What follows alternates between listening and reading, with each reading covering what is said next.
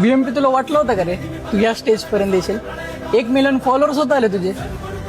अरे भाई, सगळा खेळ फॉर्च्युनचा असतो. तुला कधी वाटलं होतं का आपलं हे डिस्कशन फॉर्च्युनर मध्ये बसून होईल? भाई मला तर वाटलं नव्हतं खरं बरं का, की माझी जर्नीची सुरुवात मला महिन्याला 10,000 जरी कमवलं तरी काफी होते, हे माझं मोटिवेशन होतं. बट आता इफर्ट्स घेता घेता, डेडिकेशन ठेवता ठेवता या लेवल पर्यंत आलोय की दिवसाचे 1 लाख रुपये कमवतोय मी. अरे तेच असतं भाई, सगळा खेळ इंटेन्शनचा आहे. तुझ्या प्युअर इंटेन्शनने हे काम करत आलेलं आहे. त्याच प्युअर इंटेन्शनने अख्खा युनिव्हर्स तुला या गोष्टीमध्ये सपोर्ट मिळाला, तुला युनिव्हर्सचा. आणि काय रे, काय नाही, फक्त ना जिद्द पाहिजे, संघर्ष पाहिजे. आणि हीच गोष्ट सगळ्यांना वेगळी करते.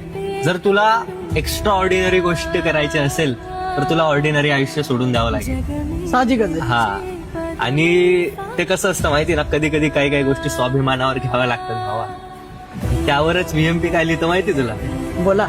तर व्हीएमपी लिहितो की आभाळ गाठण्याची जिद्द असली तरी पाय जमिनीवर राहील. आभाळ गाठण्याची जिद्द असली तरी पाय जमिनीवर राहील.